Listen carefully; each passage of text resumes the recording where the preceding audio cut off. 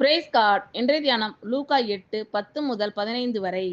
அதற்கு அவர், தேவனுடைய ராஜ்யத்தின் ரகசியங்களை அறியும்படி உங்களுக்கு அருளப்பட்டது. மற்றவர்களுக்கோ அவர்கள் கண்டும் காணாதவர்களாகவும் கேட்டும் உணராதவர்களாகவும் இருக்கத்தக்கதாக அவைகள் ஊமைகளாக சொல்லப்படுகிறது. அந்த ஊமையின் கருத்தாவது, விதை தேவனுடைய வசனம். வழியருகே விதைக்கப்பட்டவர்கள் வசனத்தை கேட்கிறவர்களாய் இருக்கிறார்கள். அவர்கள் விசுவாசித்து இரட்சிக்கப்படாதபடிக்கு பிசாசானவன் வந்து அவ்வசனத்தை அவர்கள் இருதயத்திலிருந்து எடுத்து போடுகிறான். கற்பாறையின் மேல் விதைக்கப்பட்டவர்கள் கேட்கும்போது சந்தோஷத்துடனே வசனத்தை ஏற்றுக்கொள்கிறார்கள்.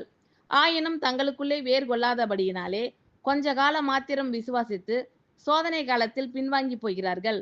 முள்ளுள்ள இடங்களில் விதைக்கப்பட்டவர்கள் வசனத்தை கேட்கிறவர்களாய் இருக்கிறார்கள். கேட்ட உடனே போய் பிரபஞ்சத்திற்குரிய கவலைகளினாலும் ஐசுவரியத்தினாலும் சிற்றின்பங்களினாலும் நெருக்கப்பட்டு பலன் கொடாதிருக்கிறார்கள்.